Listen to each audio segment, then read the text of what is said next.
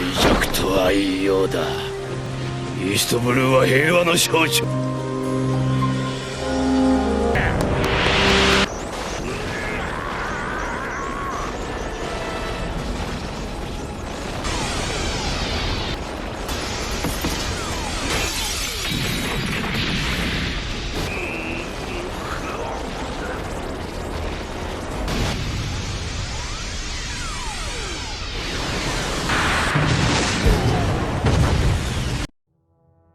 Ça y est, le héros de la marine, Monkey D. Garp, passe enfin à l'action.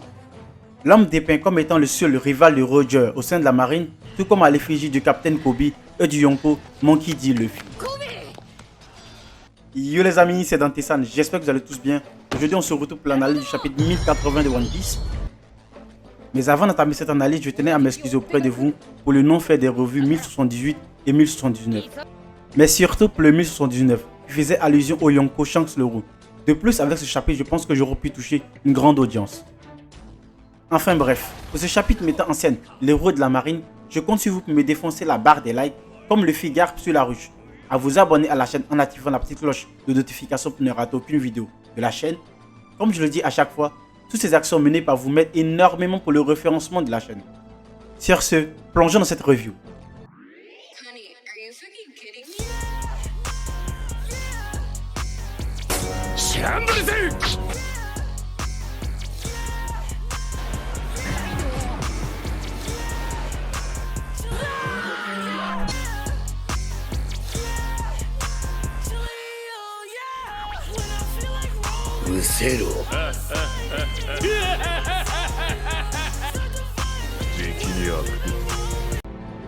Dans le monde de One Piece, seuls quelques personnages peuvent se vanter d'être connus par tout le monde entier, leur nom traversant chaque frontière et chaque île. Et au panthéon restreint de ces personnages, on peut évoquer des personnes telles que le roi des pirates, Goldie Roger, le chef de la mer révolutionnaire, Monkey D. Dragon, et peut-être Barbe Blanche. Mais au sein de la marine, un seul personnage aura réussi à hisser son nom au même niveau que ces derniers, et ce personnage n'est nul autre que Monkey D. Garp. De plus, certains ne l'auront peut-être pas remarqué, mais depuis le début de l'œuvre, en lisant One Piece, on constate que tous les événements majeurs du manga sont liés, directement ou indirectement, à Garp. Lors de son introduction au chapitre 431, comme étant le grand-père de Luffy et vice-amiral de la marine, il nous est montré comme étant quelqu'un de cool, relax et détendu. On peut aussi évoquer sa première apparition au chapitre 82, mais en ce moment nous ne savions pas qui il était. De plus, ce chapitre était régi par l'entraînement de Kobe et Elmep. Alors il était tout à fait normal qu'Oda n'ait pas pris le temps de nous présenter ce personnage comme étant le grand-père de Luffy.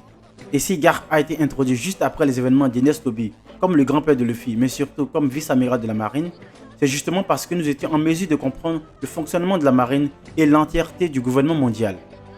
Mais la chose la plus importante, hormis le fait qu'il soit grand-père de Luffy, c'est le fait qu'il soit référencé comme étant un héros de la marine. Ainsi, les questions que nous nous sommes posées en tant que lecteurs sont: pourquoi est-il amiral s'il est reconnu en tant que héros de la marine? Pourquoi n'a-t-il pas cherché à capturer son petit-fils? Mais au contraire, pourquoi était-il heureux de le voir s'enfuir alors qu'il est reconnu en tant que héros de la marine? De ce fait, il est censé montrer le bon exemple. Tant de questions mais très peu de réponses. Mais au fur et à mesure de l'avancée du manga, nous comprenons que Garp a sa propre conception de la justice. En effet, ce dernier se bat pour des causes qui semblent justes. Et l'arc Marineford viendra accentuer tout ceci, nous permettant d'apprendre plus sur ce personnage. Car, tiraillé entre sa famille et le gouvernement mondial, ce dernier vit avec énormément de regrets. Le regret que ses deux petits-fils soient devenus des pirates au lieu d'être des marines, comme ce dernier l'a toujours souhaité. Le regret de ne pas être intervenu pour sauver Ace. C'est pour cela qu'il dira sur Marineford à la mort de ce dernier qu'il est peut-être temps que l'ancienne génération disparaisse avec Barbe Blanche dans cette guerre. Mais en ce chapitre 1080, ce dernier est bien déterminé à faire changer les choses, en rejoignant l'île de la Rouge pour sauver son protégé, Kobe. L'on se souvient, c'était au chapitre 1059 que Kobe aura été kidnappé par le Yonko Barbe Noire. Et par cet enlèvement, le Yonko a pour objectif de faire affiler l'île de la Ruche par le gouvernement mondial. Chose qui semble absurde, surtout venant d'un personnage très réfléchi comme Barbe Noire. Pourquoi voudrait-il faire affiler son royaume par le gouvernement mondial? De plus, par l'histoire des Kaido apparue au chapitre 1049, nous savons que les royaumes affiliés au gouvernement mondial se doivent des pays des tribus célestes. Mais en échange, ce royaume est protégé par le gouvernement mondial, il est reconnu comme étant un royaume à part entière, et le roi de ce royaume a peut-être la possibilité de pouvoir assister à la rêverie. Et connaissant le gouvernement mondial, ces derniers n'accepteront jamais cette requête, D'autant plus que fait pression avec Kobe, reconnu comme le nouveau héros de la marine, n'y changera rien, car il fait partie du SWORD. Mais qu'est-ce que c'est le SWORD? Car depuis l'apparition de cette organisation, nous lecteurs sommes toujours posés cette question. Et ce chapitre est conçu parfaitement pour en apprendre plus sur cette organisation. Mais avant d'y songer à cette explication, passons tout d'abord aux pirates de Barbe Noire, car ce chapitre est le lieu des présentations de ces pirates avec leur nouveau fruit du démon. Commençons par le roi dépravé, Avaro Pizarro, qui a mangé le Shima Shimanomi, un fruit lui permettant de pouvoir contrôler une île. En général, le pouvoir de ce fruit ressemble en tout point à celui des piqueurs. Par la suite, le roi de la Bibine, Vasco Shot, qui a mangé le Gabo Gabonomi, ce qui complète enfin les lignes des fruits du démon pour les pirates de Barbe Noire. Et même si j'avoue ne pas être le genre de personne à me focaliser sur les débats de puissance, car je suis plus pour la narration de l'auteur, ce qui fait que je ne partage pas mon avis sur les débats de puissance, même si j'ai un avis bien tranché personnellement à moi, que ce soit au niveau de la puissance des Yonko par rapport aux Amiraux ou encore d'autres personnages. Avec ce chapitre, il est clair que tous les pirates de Barbe Noire ont tous des fruits utilitaires, et non des fruits leur permettant de pouvoir gagner en puissance. Surtout si on les compare à l'équipage d'autres Yonko, que ce soit Marco, King ou même Katakuri, tous ces pirates ont des fruits qui leur octroient un boost de puissance. Et même si Oda nous aura démontré tout au long de son œuvre qu'aucun fruit n'était inutile, et que la capacité d'utilisation d'un fruit dépendait plus de la personne qui possédait ce fruit. Ainsi, nous pouvons citer des personnages tels que Luffy avant qu'il n'éveille son fruit, ou même Doflamingo.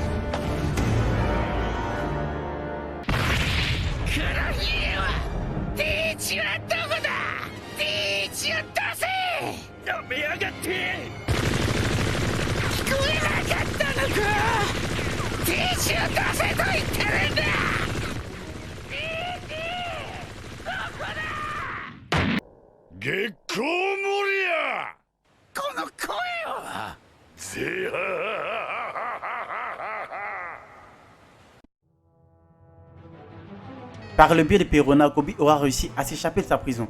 Mais en échange, il devra aider cette dernière à libérer son maître Moria, emprisonné par Barbe Noire. Et l'on se souvient, c'était au chapitre 925 que Moria était venu chercher son second Absalom sur l'île de la Ruche. Mais celui-ci aura été tué par les hommes du Yonko. Dès lors, le Yonko fit une proposition à Moria qui était de rejoindre son équipage. Et par ce chapitre, nous comprenons que l'offre du Yonko aura été refusée par l'ex-corsaire. De ce fait, il se fera directement enfermer par ce dernier. Et la question que je me suis toujours posée est à savoir pourquoi est-ce que le Yonko a-t-il cherché à recruter Moria alors qu'il n'est pas connu pour avoir une grande puissance, et pourquoi a-t-il enfermé ce dernier lorsqu'il a refusé son offre? Car on le constate depuis le début de l'œuvre jusqu'à maintenant, les Yonko ne sont pas réellement connus pour garder des prisonniers, à moins qu'ils n'attendent quelque chose de ce dernier. Et si cette chose était la capacité de son fruit du démon, le Kage Kagenobi.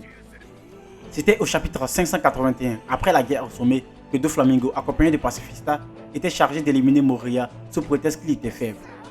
À première vue, on se dirait que cette explication tient la route, d'autant plus qu'il ne s'est pas réellement illustré lors de son affrontement face à Luffy.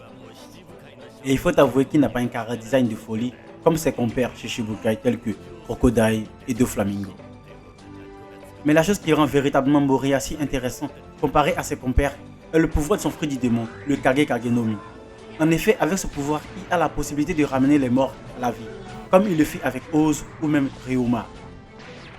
De ce fait, il semblerait que la mort de Moria était nécessaire sur Marineford, d'autant plus que nous savons quand un utilisateur de fruit meurt, son fruit se réincarne dans le fruit le plus proche, comme vu à Penkazar avec le fruit Smiley. De plus, lors de la première apparition de Im-sama, au chapitre 906, on y voyait plein de portes, et dans l'une d'elles se trouvait un chapeau de paille géant. Ainsi, parmi l'une de ces chambres réfrigérées, il se pourrait qu'il se trouve l'objet de convoitise de Barbe Noire. De plus, on ne sait toujours pas de ce qui est advenu du corps de Roger après sa mort, ni même de ce qui est arrivé à son némésis sur God Valley, en la personne de Shebeck.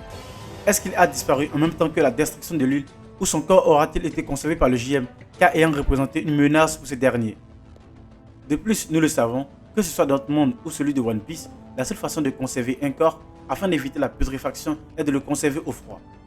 Voilà ce qui pourrait expliquer toute la réfrigération montrée lors de l'apparition de Ymir dans le château de Pangea. Et Barbe Noire, ayant baptisé son navire le Sable de Shebeck en référence à ce dernier, aurait peut-être l'envie de faire revenir ce dernier. Chose qui serait plausible, mais je ne pense pas réellement que Barbe Noire souhaite faire revenir Shebeck. Mais quoi qu'il en soit, il est clair que le Yonko Barbe Noire a un plan pour l'ex-Shichibukai, Gekko Moria.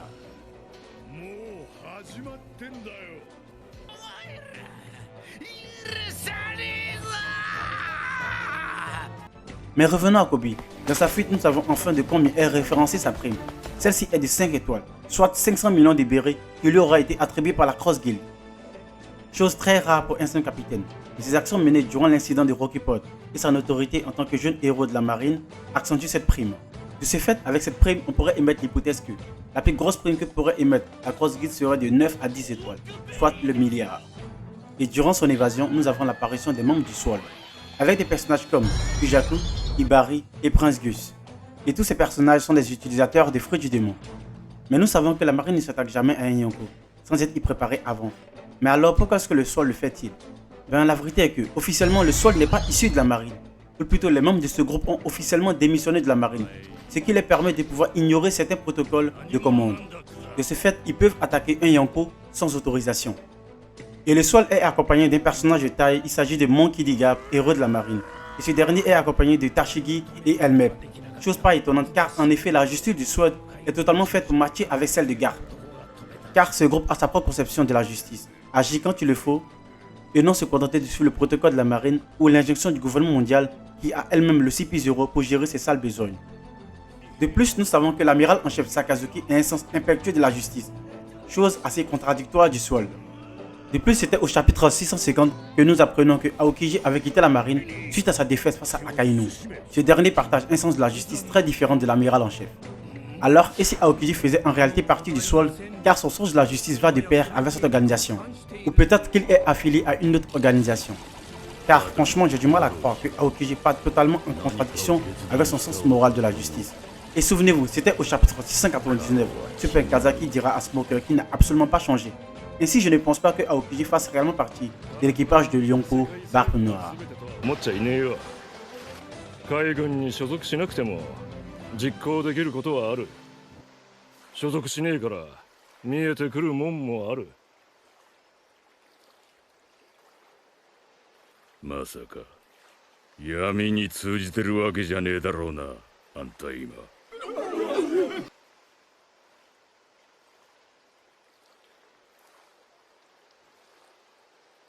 俺は俺よ、スモーカー。ならいい。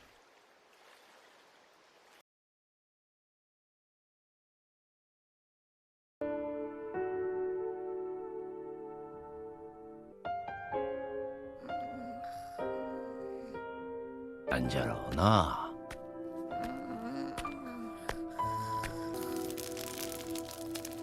エース、お前らは強い海兵になるんじゃ。ええか？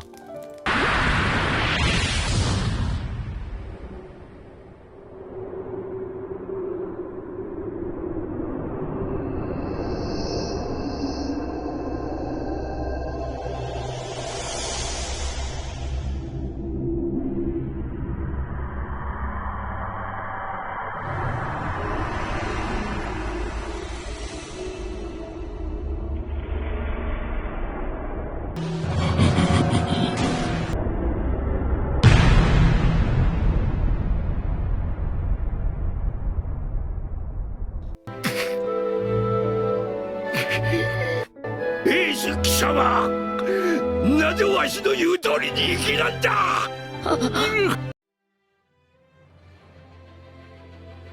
Et c'est dans une magnifique planche qu'Oda nous présente Garp comme on l'a rarement vu depuis le début de l'œuvre. En plus de 25 ans d'écriture, c'est la toute première fois qu'Oda nous dévoile les prémices de la puissance de Garp, avec son attaque nommée le Galaxy Impact qui détruit le centre-ville de la ruche. Par ce chapitre, Oda hisse Garp au panthéon des utilisateurs du Haki des rois avancés. Il rejoint ainsi des personnages tels que Big Mom, Kaido, Luffy, Rayleigh et Shanks. De plus, c'était possible de l'entrevoir, car sur Marineford, il affirmait que c'était normal que Luffy possède le Haki des rois, sachant que son père possède ce pouvoir, tout comme avec Roger et Ace. Précédemment, j'avais évoqué le fait que, en lisant ou en relisant l'œuvre, on constate que Garp était lié à tous les événements majeurs de One Piece. En effet, il y a 38 ans, celui qui fit opposition aux Rocks Pirates pour sauver les dragons célestes. Chose complètement absurde, d'autant plus que nous savons qu'il déteste les dragons célestes. Alors pourquoi s'est-il rendu sur God Valley pour les protéger? Et même si nous ignorons les raisons de cela, le fait qu'il s'est allié à Roger pour arrêter les Rocks Pirates aura lancé l'épopée de Roger. Et la soi-disant capture du roi des pirates par ce dernier, qui le conduira vers l'échafaud, lancera l'ère de la piraterie. Aujourd'hui, s'étant rendu sur la ruche dans l'optique de sauver son protégé Kobe, l'on pourrait avoir quelques informations sur le personnage de Shebeck, mais aussi sur God Valley. Et par les dits des Garp sur son assaut sur la ruche, il semblerait que ce dernier ne se projette pas dans le futur de l'œuvre, car il stipule que Kobe est son irremplaçable protégé, de plus qu'il est le futur de la marine. Avec ces dires, il est évident qu'il ne va pas perdurer la marine de l'amiral en chef Sakazuki. De ce fait, nous pouvons comprendre qu'il fera tout ce qui en est de son pouvoir pour sauver son protégé, même s'il doit y laisser la vie, car il est son mentor, son instructeur. De plus, par l'entraînement et l'éducation qu'il lui a transmis, il lui a donné sa force, sa morale, mais aussi son sens de la justice, tout comme avec Aokiji. Mais hélas, comme je l'ai énoncé plus tôt, Garp est un personnage qui a énormément de regrets par les choix qu'il fit tout au long de sa vie. Et même si dans sa vie, il n'aura pas su faire les bons choix au moment où il fallait les faire, mais aujourd'hui, il a la possibilité de faire mieux, faire un choix qui émane de lui, de sa conviction et non par obligation. Par son choix de sauver Kobe, il est clair qu'il donnera tout ce qu'il a pour protéger les membres du Sword, comme le fit Barbe Blanche sur Marineford. Ainsi, le héros de la marine pourrait tirer sa révérence. Et par le fait qu'il soit aimé de tous, sa révérence pourrait se faire dans l'apothéose la plus mémorable de tout One Piece. Et par sa mort, il aura pu trancher entre son devoir de marine et son sens moral propre. Car même si les gens le considèrent comme un héros, ils n'en pensent pas autant. Car les actes qui l'ont apporté cette réputation, il n'en est pas fier. Et au moment crucial de sa vie, il aura su faire le bon choix. De ce fait, il se sentira comme l'héros qu'il n'a jamais été. Ainsi, après sa mort, l'histoire parlera de lui comme l'héros Garp, la légende de la marine. Et sa mort pourrait mettre en opposition Barbe Noire et Luffy. Car après Ace, ce serait au tour du héros de la marine.